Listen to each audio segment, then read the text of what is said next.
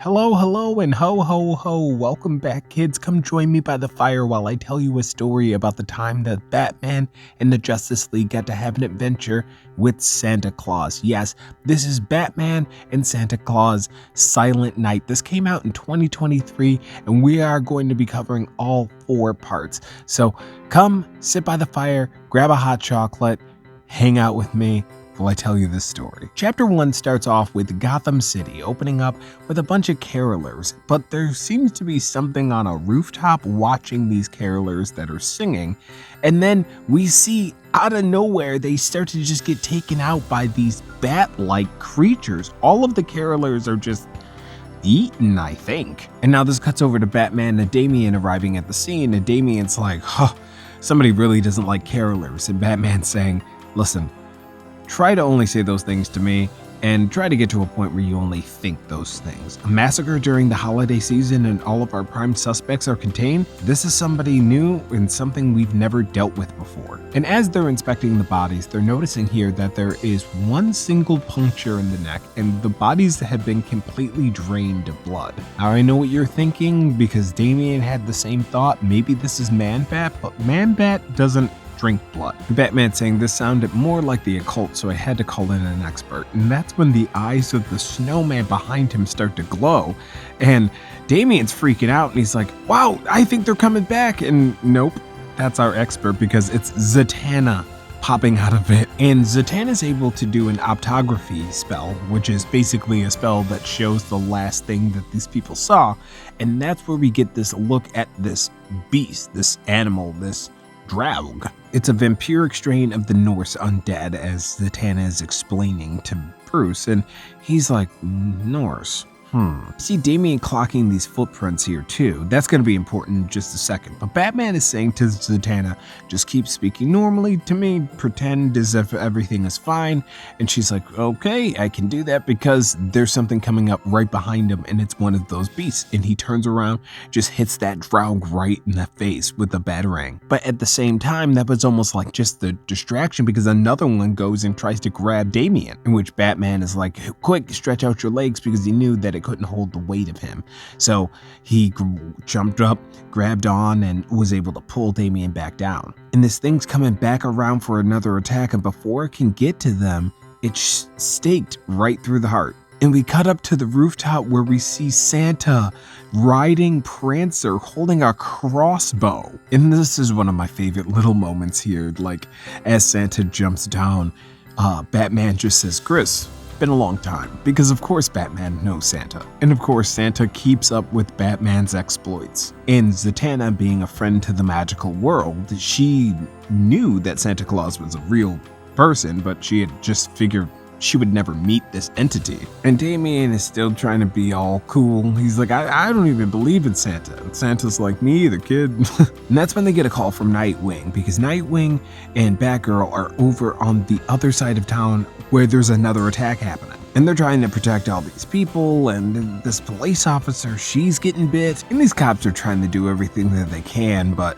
there's nothing that they can do against these things except try to keep them at bay. Like, they're even telling them, just keep pressure on wounds, don't try to fire bullets at this thing. It doesn't work like that. And Nightwing wraps up a group of them, and then he's about to be pounced on by 2 other ones, and then we see the little jingle jingle in the corner, because, yep, Santa Claus is right here, and he impales these things on Prancer's antlers. And that's when Zatanna and Batman also swing in while Nightwing is on the ground in disbelief, and Zatanna opens up a window to the other side of the world, basically opening up a view into sunlight, and scares these things away. Santa pulls Batman over to the side and says, we're gonna need more help. And Batman's like, if I know what's coming, I can call the right people. Meanwhile, the Bat family's talking, and they're like, I can't believe that he actually knows Santa, and Santa's this cool. But Damian's kind of like, what happened to him? Why is he not nice to kids, or like this jolly elf? So they look into Zatanna's library. Zatanna has access to research books that for whatever purposes that she needs. And she has all these myths, but she's not sure what's true or what isn't true. But there is a myth about Santa Claus in here. It turns out that Zatanna's book does have an entry about the origins of Santa Claus, a Scandinavian myth about a mighty woodsman, this crafter. And during that time, there was these Asgardian beasts that would come to Earth and wreak havoc, and there were these hunters that would go out and hunt them. Every year they gathered for the wild hunt, a ride to capture the beasts or slay the most deadly ones. Our craftsman would ride his stag alongside the greatest hunters in the Norse pantheon. Loud thunder from their charge would echo all over the Northland. And this gets into the story, the origin of Krampus, actually, because one of the hunts that our dear Santa was out on, he was hunting Krampus, and he realizes that Krampus isn't actually a monster. He's more of just a trickster. All he wants to do is scare kids, which is not a great thing to do, but he doesn't actually want to hurt anybody. But while they were out on this wild hunt, and after Santa had decided that he wasn't going to actually kill Krampus, he was gonna just, try to reform him, the Bifrost got cut off. The bridge back to where they were from got cut off, and they got stuck in our world. And this is where we get into the gift giving, because they both got stuck there and Krampus couldn't, deny his nature. He would still go around terrorizing and scaring the kids. But in return, what Santa would do is give the kids presents, especially the kids that were good. Mind you, Zatanna is actually projecting this image into the air. People are looking at this, and as we are watching it, Santa just walks through it and, just says silly tales. And Santa kind of gruffly says, I'll be near until the Draug are dealt with. And Batgirl says, don't you have, a big thing coming up? Don't you got Christmas? And he goes, oh yeah, right, Christmas. It hasn't needed me in centuries to happen. And I love this idea because it solves what I call the Santa problem. In every property where there's Santa Claus, and Santa Claus is real, and that's kind of like the big mystery, all the adults don't believe, but the kids do believe. How does that work? How does Christmas Day work? Do the adults just not realize that the gifts weren't from them? Like, did they not know that Santa gave gifts? But I like this explanation where Santa Claus started the tradition of Christmas, and then it took off and became its own thing, and now he hasn't been around for it. Like, he hasn't been necessary for Christmas to exist in centuries, but he's still basically a god in our world, so he hasn't gone anywhere. But Santa is saying here that he trapped the Draug a long time ago, but somebody has let them out of where they were, and he was the only one that knew exactly where he had put them away. So, and before he could even finish that thought, Damien is like, it was Krampus. I know exactly it was, because he saw footprints. It was a cloven hoof, like a ram, and it tracks like a biped. Something with ram legs that's walking on two legs. Behind them, one of the bodies of the Draug starts bumping and thumping and moving, and something green starts to press out of it, and then this bouquet of flowers seems to just grow straight out of its chest. And that's when Santa starts to hear a voice that's coming out of the Draug's mouth, but it isn't the Draug speaking, it's somebody else. But right then, the flower spews all this green goo that's sticky, and they're trying to cut it off, and it sprays all over Zatanna. And the thing is, it did that on purpose, because when Santa Claus grabs it by its neck and he says, who speaks through this vessel? It says, you know, old friend, I cannot have a magician hunting me. She might have been able to lock me away, the toy maker. Together we erected this wonderful day. Then you threw me into the void. Now I am back in the world. It's Krampus. And he's planning on freeing all of the monsters that Santa has put away over the years, over the centuries of time, all to ruin Christmas. Chapter 2 starts off with Damien watching as Nightwing tries to attack Krampus, but he can't get him, and Santa just whisks Zatanna off, probably to the North Pole, to try to get her some help. And he leaves a box behind, to which Damien says, it could be a bomb! And Nightwing kind of smugly lets him know that Santa usually leaves toys. But this isn't a toy, this is a message, and they can't look at it here. So back to the Batcave. And now we cut back over to Krampus kind of in his void, and we see he's kind of haunted by these different things. All these like eyeless husks are around him, and he's saying, will the voices leave me? And they're saying, yes, if you do what we say. And now we cut back over to the Batcave and we open up the box, and the box actually contains memories, a visual representation